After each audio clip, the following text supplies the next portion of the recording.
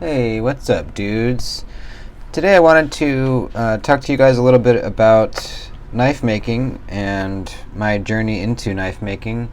Now, I'm pretty new at this. I've only made two knives so far, at least two functional real knives. And I am just really trying to get better at it, basically. Done a ton of research, watched a ton of videos on the subject, done a lot of reading, and I'm a welder, so I do have experience working with metal, so that does help a bit. But yeah, this is the very first knife that I made. It's a little EDC friendly fixed blade made out of 5160 steel and black linen micarta handles and brass pins. This knife took me a long time to make, way too long. you know, if I wanted to, and I do want to, make these eventually to sell, the amount of time that it took me to make this is just, it's not plausible for me to make these to sell. It takes way too long. If I were to guess, I would say it took somewhere around 40 hours.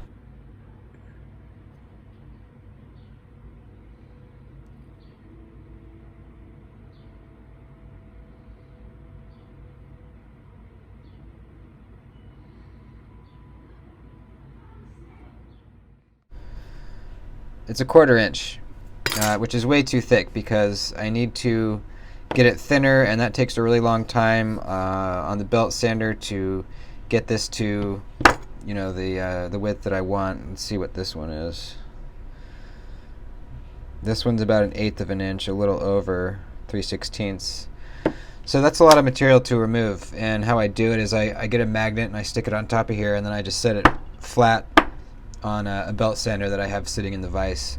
And it takes a long time. So what I've done for my next batch is I've actually bought just eighth inch thick flat bar for my knives, and that's the pattern for the next knife, but I'll show you that in a minute.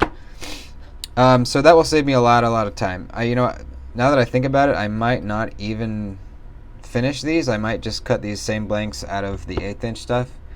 That'll just save me a lot of time. But this is what it looks like. This is a blank that it's been cut out. I've cleaned up the edges with the grinder, and it's ready to be shaped.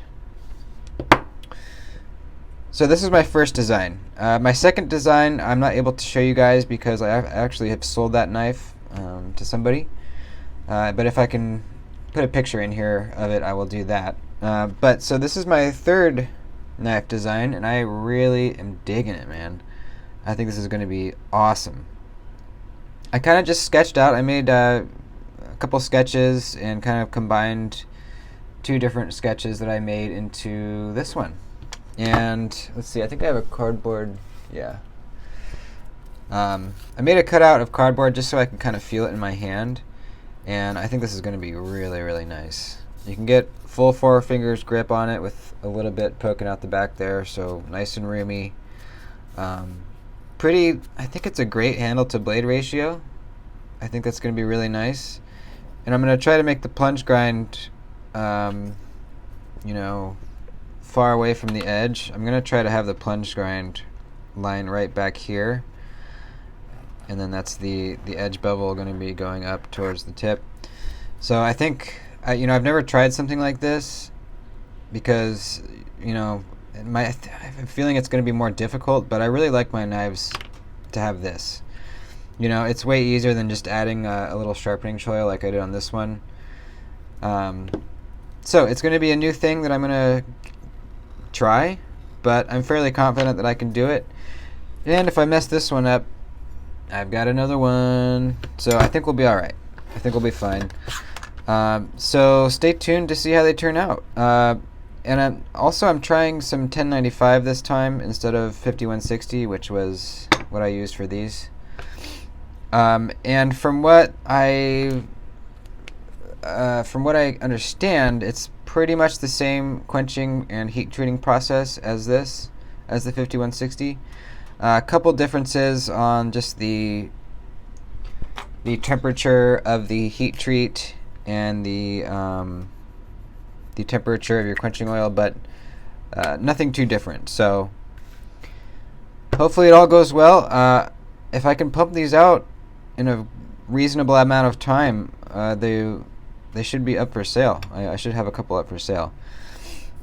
So yep, that's the knife making update.